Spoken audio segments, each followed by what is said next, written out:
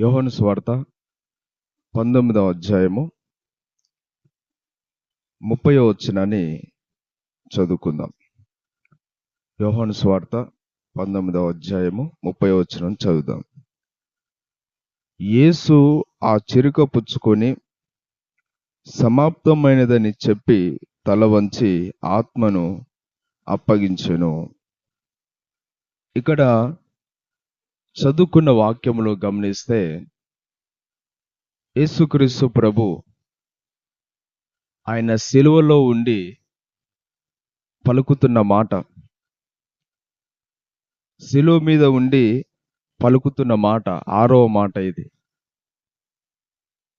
చూడండి, యేసుక్రీస్తు ప్రభు ఇక్కడ ఏమంటున్నాడంటే సమాప్తమైనది అని ఇక్కడ అంటున్నాడు.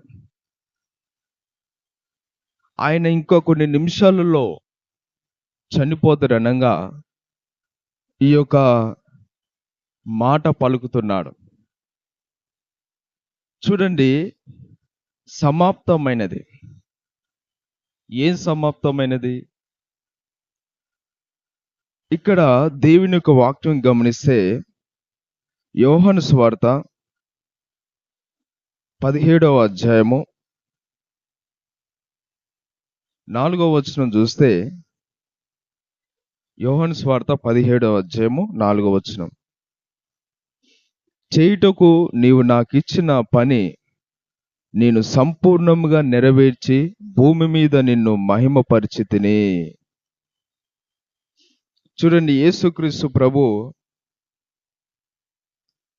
ఆయన చేయవలసిన పనంతా కూడా చేసేసినాడు. ఈ యోహాను సువార్త 17వ అధ్యాయం మొత్తం కూడా యేసు ప్రభు ప్రార్థన చేస్తున్నాడు. తండ్రి అయిన దేవుడు ఆయనకి ఏ పని అయితే అప్పగించి ఈ భూమి మీదకి పంపించినాడో ఆ పనంతా కూడా కంప్లీట్గా పూర్తి చేసినాడు. సంపూర్ణంగా ఆ యొక్క పనంతా కూడా నెరవేర్చినాడు భూమి మీద. ఇంకా ఏం పని లేదు. దేవుడు ఏదైతే ఆయనకి చెప్పినాడో అవన్నీ కూడా బోధించినాడు. ఎక్కడికి వెళ్ళమంటే అక్కడికి వెళ్ళినాడు. ఏదైతే చెప్పమన్నాడో అదే చెప్పినాడు యేసుక్రీస్తు ప్రభు. ఆయన మొత్తం కూడా తండ్రి చిత్త ప్రకారంగా నడిచినాడు యేసు ప్రభు. ఆయన సొంతంగా ఎక్కడ కూడా నడిచినట్టుగా, ఎక్కడ కూడా మాట్లాడినట్టుగా లేదు. ఏది చేసినా కూడా, ఎక్కడ వెళ్ళినా కూడా, ఏది మాట్లాడినా కూడా తండ్రి బయలుపరుస్తేనే కానీ మాట్లాడేవాడు. దేవుడు ఒక ఉద్దేశంతో పంపించినాడు. ప్రజల పాపాల కోసము, ప్రజల యొక్క పాపాలు ఆయన మీద మోపడానికి, ఆ శిలువ శ్రమను అనుభవించడానికి, ప్రజల పాపాలు తీసివేయడానికి యేసుక్రీస్తు ప్రభుని ఈ లోకానికి పంపించినాడు తండ్రి అయిన దేవుడు. ఎందు నిమిత్తమైతే యేసు ప్రభుని పంపించినాడో ఆ పని అంతటిని కూడా ఈ భూమి మీద సంపూర్ణంగా నెరవేర్చినాడంట. ఎంత మంచి మాట చూడండి. ఏమీ లేదు, ఇక దేవుని మాట తప్పిపోకుండా ప్రతి ఒక్క మాటను కూడా ఆయన నెరవేర్చినాడు. ఎంత గొప్ప దేవుడో చూడండి. భూమి మీద ఆయన చేయవలసిన పనంతా కూడా చేసేసినాడు. ఆయన ప్రజల పాపల కోసము ఆయన చనిపోయినాడు. ఆయన ప్రతి బీదలకు సువార్త ప్రకటించినాడు. ప్రతి వారిని స్వస్థపరిచినాడు. అనేక అద్భుతాలు చేసినాడు. అనేక స్వస్థత కార్యాలు చేసి దేవుని రాజ్యం గురించి ఆయన వాక్యాన్ని ప్రకటించినాడు. చివరిగా మరి అందరి పాపాల కోసము ఆ శిలువ శ్రమను భరించి ఆ యొక్క శిలువలో ఆయన మరణించినట్టుగా చూస్తున్నాం. ఆయన ఎందు నిమిత్తం వచ్చినాడో ఆ పనంతా కూడా అయిపోయింది కాబట్టి యేసు ప్రభు ఏమంటున్నాడంటే, ఇక సమాప్తమైనది, నేను వచ్చిన పని సంపూర్ణంగా ముగించినాను, తండ్రి నిన్ను మహిమపరిచినాను అనేసి యేసు ప్రభు అంటున్నాడు. చూడండి ఎంత గొప్ప కార్యము. దేవుని యొక్క చిత్తం అంతా నెరవేర్చిన తర్వాతనే ఆయన చనిపోయినాడు కానీ ఆయన చిత్తము ఒక్కటి కూడా నెరవేర్చమునుపు ఆయన మరణించలేదు. ఇక్కడ యోహాను సువార్త 17వ అధ్యాయంలో ఆయన ప్రార్థన చేస్తున్నాడు. ఇక్కడనే తండ్రి యొక్క చిత్తం అంతా కూడా నెరవేర్చినని ప్రార్థన చేస్తున్నాడు. అందుకనే నెరవేర్చినాడు కాబట్టి, సంపూర్ణం చేసినాడు కాబట్టి అంత సమాప్తమైనది, నేను వచ్చిన పని అంతా కూడా విజయోత్సవంతో దేవుని కృపను బట్టి ముగించినాను అనేసి ఆయన చెప్తున్నట్టుగా చూస్తున్నాం. ఈరోజు ఎవరైనా సరే ఒక పని ప్రారంభించినారు అనుకోండి, దాన్ని ముగిస్తే ఎంతో సంతోషిస్తారు.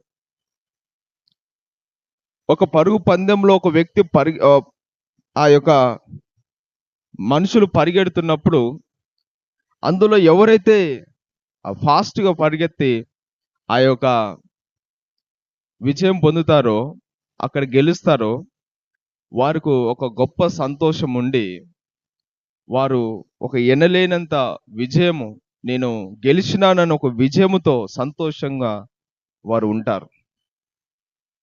అలాగనే ఎవరైనా కూడా వారు ఒక పని ప్రారంభించినారంటే మధ్యలో ముగించరు, మధ్యలో ఆపేయరు.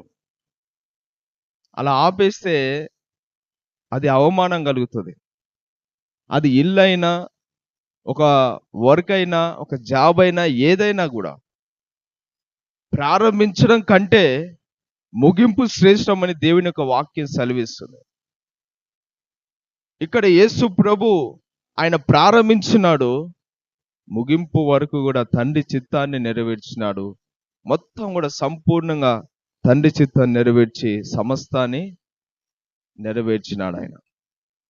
అందుకని సమాప్తమైనది అనేసి ఇక్కడ అంటున్నట్టుగా చూస్తున్నాం. ఇక్కడ ఏం సంపూర్ణంగా నెరవేర్చినాడు? ఇంకొక విషయాన్ని చూస్తే ఇక్కడ ధర్మశాస్త్రాన్ని సంపూర్ణంగా నెరవేర్చినాడు. రోమపత్రిక 10వ అధ్యాయము 4వ వచనం చూస్తే, రోమపత్రిక 10వ అధ్యాయము 4వ వచనం చూస్తే, విశ్వసించు ప్రతి వానికి నీతి కలుగుటకై క్రీస్తు ధర్మశాస్త్రమునకు సమాప్తి అయి ఉన్నాడు. ధర్మశాస్త్రమునకు ఆయన సమాప్తి అయి ఉన్నాడు. ధర్మశాస్త్రాన్ని నెరవేర్చినాడు ఆయన. పాత నిబంధనను మోషే తీసుకొచ్చిన ధర్మశాస్త్రం అంతా కూడా ఆయన నెరవేర్చినాడు. దాన్ని అంతా కూడా సంపూర్ణంగా నెరవేర్చినట్టుగా ఇక్కడ దేవుని యొక్క వాక్యము సెలవిస్తుంది. ఏంటి ధర్మశాస్త్రం అంటే? ఆ ధర్మశాస్త్రం కింద ఒక వ్యక్తి కనుక ఉన్నట్లయితే ఆ వ్యక్తి ఎప్పుడు కూడా పరిశుద్ధపరచబడలేడు, ఎప్పుడు కూడా నీతిమంతుడిగా ఉండలేడు. ధర్మశాస్త్రం ఒక వ్యక్తిని నీతిమంతునిగా చేయలేదు. ఒకవేళ ఏదైనా పాపం చేస్తే ఇది నువ్వు చేసింది పాపం అని చూపిస్తుంది తప్ప ఆ పాపాన్ని తీసివేసే శక్తి ధర్మశాస్త్రానికి లేదు. ఒక అద్దంలో ముఖం పెడితే ఏమన్నా ఉన్నాయా మన ముఖం మీద అని ఏ విధంగా తెలుస్తుందో ఆ విధంగానే కానీ ఈ ధర్మశాస్త్రం మాత్రము ఒక పాపం చేసినప్పుడు ఈ పాపం చేశావు, ఒక దొంగతనం చేసినప్పుడు ఈ దొంగతనం చేశావు, ఇది దేవునికి అసహ్యమైన పని చేశావు, అబద్ధం ఆడావు అని ఇవి మాత్రమే, నువ్వు ఏదైతే తప్పు చేశావో అవి మాత్రమే చూపిస్తుంది కానీ వాటి నుంచి నీకు విడుదల ఇవ్వలేదు ధర్మశాస్త్రం. ధర్మశాస్త్రం పాటించడం చాలా కష్టం. అదొక చిక్కుముడి లాంటిది. దాన్ని ఎవరు కూడా నెరవేర్చలేక అందరు కూడా తప్పిపోయినారు, ఎవరు కూడా నెరవేర్చలేకపోయినారు, ఎవరు కూడా సమాప్తి చేయలేకపోయినారు. కానీ యేసుక్రీస్తు ప్రభు దాన్ని నెరవేర్చి సమాప్తి చేసినాడు. చూడండి ఎంత గొప్ప కార్యం ఇది. ఒక వ్యక్తి ధర్మశాస్త్రం కింద ఉంటే సున్నతి చేయించుకోవాలి. ధర్మశాస్త్రం కింద ఉంటే ఒక పాపం చేసినా, ఒక మోసం చేసినా, ఒక తప్పు పని చేసినా ఒక గొర్రెపిల్లని తీసుకొచ్చి బలర్పించాలి. కంటికి కన్ను పంటికి పన్ను అని ధర్మశాస్త్రం చెప్తుంది. పగ తీర్చుకోవాలని చెప్తుంది. ఇలాంటి భయంకరమైన ఈ యొక్క చిక్కుముడు లాంటి ధర్మశాస్త్రాన్ని యేసుప్రభు ఏం చేసినాడు? ఆయనే ధర్మశాస్త్రంలో ఉండి నెరవేర్చి దాన్ని సమాప్తి చేసినట్టుగా ఇక్కడ దేవుని యొక్క వాక్యం సెలవిస్తుంది. అంతేకాకుండా ఆ యొక్క ధర్మశాస్త్రము ఎలా ఉంటుందంటే, నువ్వు 100 ఆజ్ఞలలో 99 ఆజ్ఞలు పాటించి ఒక్క ఆజ్ఞ పాటించకపోయినా కూడా నువ్వు మాత్రం నీతిమంతుడిగా తీర్చబడలేవు. యాకోబు రాసిన పత్రికలో ఉంది, ధర్మశాస్త్రం కింద ఉన్నవారు 99 మంచి పనులు చేసి 99% పాటించినా కూడా 1% పాటించకపోయినా కూడా ఆ వ్యక్తి నీతిమంతుడిగా తీర్చబడడంట. ఆ వ్యక్తి పాపిగానే నిలిచిపోతాడు. అంత కఠినంగా ఉంటుంది ఆ ధర్మశాస్త్రం. అంతేకాకుండా బైబిల్ ఏం చెప్తుందంటే, ఈ యొక్క ధర్మశాస్త్రము క్రియల వలన ఒక వ్యక్తి నీతిమంతుడు కాలేడని రోమ పత్రిక కూడా సెలవిస్తుంది. చూడండి, రోమ పత్రిక 3వ అధ్యాయము 20వ వచనం చూస్తే, రోమపత్రిక 3వ అధ్యాయం 20వ వచనం చూస్తే, ఏలైనగా ధర్మశాస్త్ర సంబంధమైన క్రియల మూలముగా ఏ మనుషుడును ఆయన దృష్టికి నీతిమంతుడని తీర్చబడడు. ధర్మశాస్త్రము వలన పాపముగా ఎట్టిదో తెలియబడుచున్నది. ధర్మశాస్త్రం అంటే పాపం ఎట్టో తెలియబడుతున్నది. నువ్వు ఒక మార్గం చెడిపోయినావు అనుకో, ఒక మార్గం తప్పిపోయినావు అనుకో, పాపం చేసావు అనుకో, పాపము ఏంటిదో నీకు చూపిస్తుంది. ఏ పాపం చేసినావో చూపిస్తుంది. కానీ నిన్ను మాత్రం పవిత్రునిగా మార్చలేదు. అంతేకాకుండా ధర్మశాస్త్ర క్రియల వలన ఒక వ్యక్తి నీతిమంతుడిగా తీర్చబడలేడు. ఇప్పుడు దొంగతనం చేయొద్దు అనుంది, అబద్ధం ఆడొద్దు అనుంది, ఈ యొక్క తల్లిదండ్రుల్ని సన్మానించాలనుంది, పొరుగువాడు ఆశించొద్దనుంది, ఇంకా అనేక ఆజ్ఞలు ఉన్నాయి. ఇవన్నీ కూడా నువ్వు పాటించినా కూడా నువ్వు నీతిమంతుడిగా తీర్చబడలేవు. ఎందుకంటే అవి నిన్ను పవిత్రంగా పరచలేవు. దాన్ని జయించడానికి నీకు శక్తి సరిపోదు. దాని వలన నువ్వు నీతిమంతుడిగా మార్చబడలేవు. అదొక చిక్కుముడు లాంటిది అన్నమాట. కాబట్టి ఈ ధర్మశాస్త్రాన్ని కూడా యేసుప్రభు ఏం చేసినాడు? నెరవేర్చినాడు. ఆయన సమాప్తి చేసినాడు. కాబట్టి ఇప్పుడు మనం ధర్మశాస్త్రం కింద లేము. ఒకవేళ ధర్మశాస్త్రం కింద ఉంటే మనం కూడా సున్నతి చేయించుకోవాల్సి వచ్చు. మనం కూడా మళ్ళా బలులు అర్పించాలి. కంటి కన్ను పంటికి పన్ను అని మనం కూడా జీవించాల్సి వచ్చు. కానీ ఇప్పుడు అలా లేవు. యేసుక్రీస్తు రక్తం కింద ఉన్నాము. క్రొత్త నిబంధన అయిన యేసుక్రీస్తు పరిశుద్ధమైన రక్తం కింద ఉన్నాం. కాబట్టి కేవలం ఆయన యందు విశ్వాసం ఉంచితే చాలు. బైబిల్లో ఉంది చూడండి, ఎఫెసీ రాసిన పత్రిక 2వ అధ్యాయం 8వ వచనంలో ఏముందంటే, ఎఫెసీ రాసిన పత్రిక 2వ అధ్యాయం 8వ వచనం, మీరు విశ్వాసము ద్వారా కృపచేతనే రక్షింపబడి ఉన్నారు. ఇది మీ వలన కలిగినది కాదు, దేవుని వరమే. విశ్వాసము ద్వారా. అందుకని ఒకసారి పౌలు కూడా ఏమంటాడంటే, ఆ చెరసాల నాయకునితో అంటాడు. ఆ చెరసాల నాయకుడుండి, అయ్యలారా రక్షణ పొందడానికి మేమేం చేయాలి అన్నప్పుడు పౌలు అంటాడు, యేసుక్రీస్తు యందు విశ్వాసం ఉంచు, అప్పుడు నీవును నీ ఇంటి వారును రక్షణ పొందుతారు అనేసి అంటాడు. విశ్వాసం ఉంచమన్నాడు అంతే. సున్నతి పొందాలి, బలులు అర్పించాలి, ఆ యొక్క ధర్మశాస్త్రం పాటించాలి, ఇవన్నీ ఏం చెప్పలే. విశ్వాసం ఉంచు. ఎవరియందు? యేసు ప్రభువుని విశ్వాసం ఉంచు. నీ స్థానంలో ఆయన ధర్మశాస్త్రం అంతా కూడా పాటించినాడు, నెరవేర్చినాడు. కాబట్టి ఆయన యందు నువ్వు విశ్వాసం ఉంచితే నువ్వు నీతిమంతుడిగా తీర్చబడతావు. ఈరోజు సహోదరులారా, ఇక్కడ విశ్వాసము ద్వారా మనం నీతిమంతులుగా తీర్చబడతాము. కృప చేతనే మనం రక్షించబడతాము.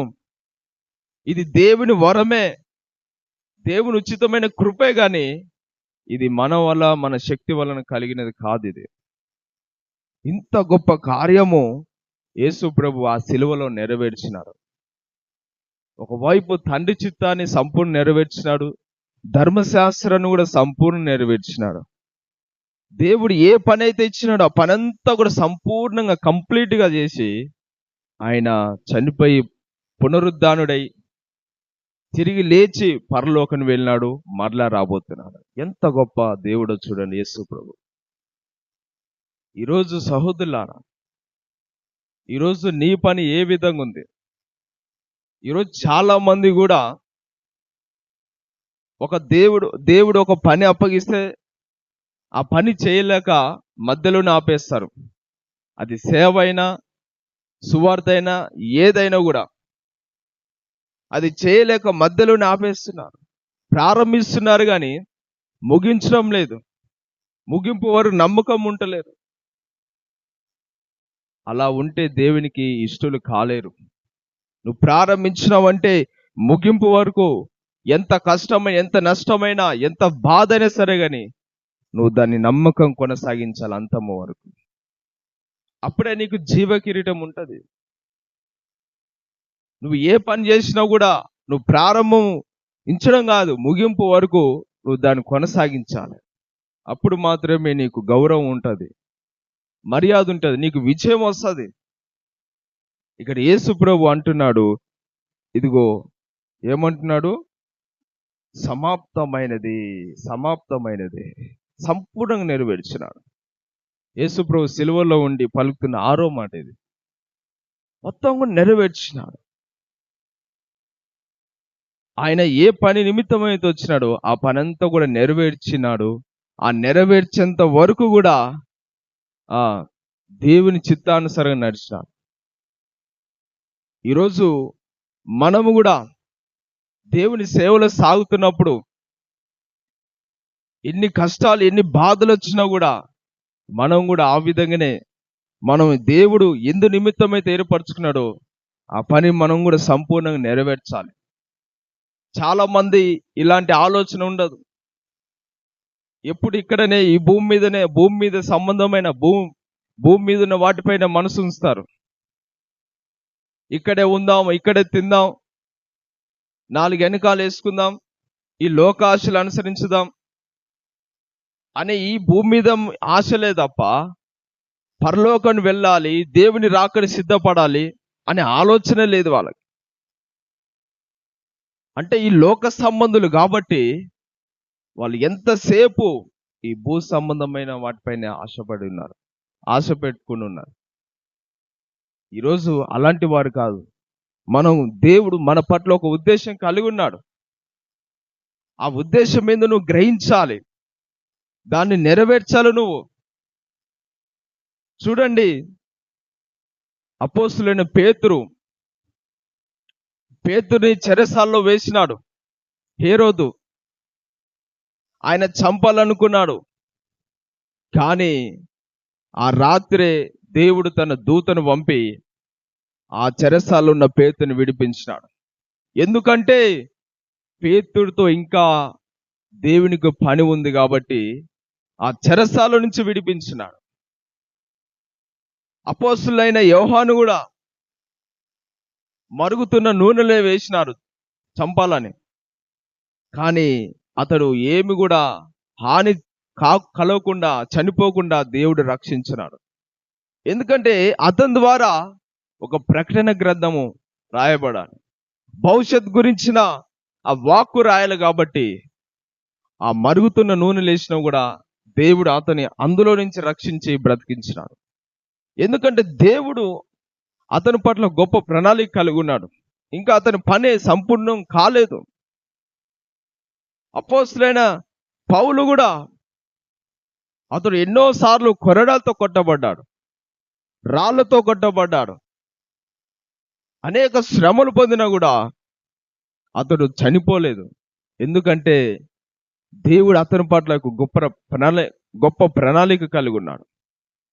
3 మిషనరీ ప్రయాణం చేయాలి, 14 పత్రికలు రాయాలి, దేవుని సువార్త ఇంకెంతో ఉంది అతడు చెప్పేది. కాబట్టి అతడు ఏ హాని కాకుండా దేవుడు కాపాడి అతడు రక్షించినాడు.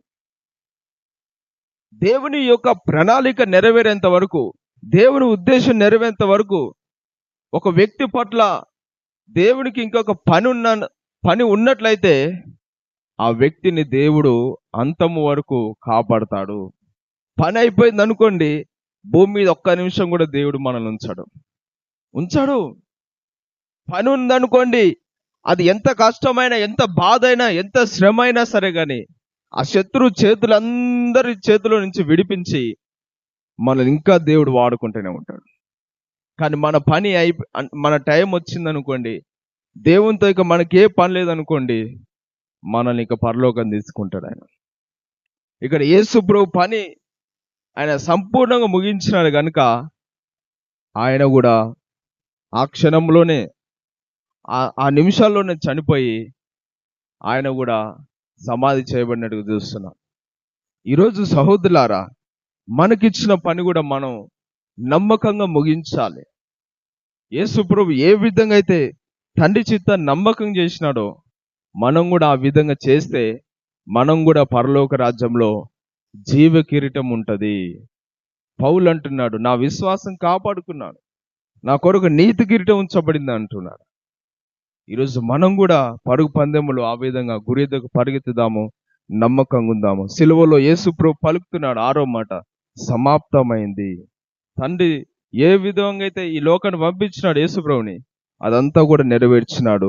సిలువ సమరం కూడా సంపూర్ణంగా ముగించినాడు. తర్వాత ధర్మశాస్త్రాన్ని నెరవేర్చినాడు. ఇప్పుడు ఆయన యందు విశ్వాసం ఉంచితే మనం పాపం నుంచి విడిపించబడి ఆయన మనం పరిశుద్ధులుగా చేసి పవిత్రులుగా మార్చి మనల్ని పరలోకం చేస్తాడు. అట్టి విధంగా ఆయన యందు విశ్వాసం ఉంచుదాము. దేవుడి మాటలు దీవించును గాక. ఆమేన్.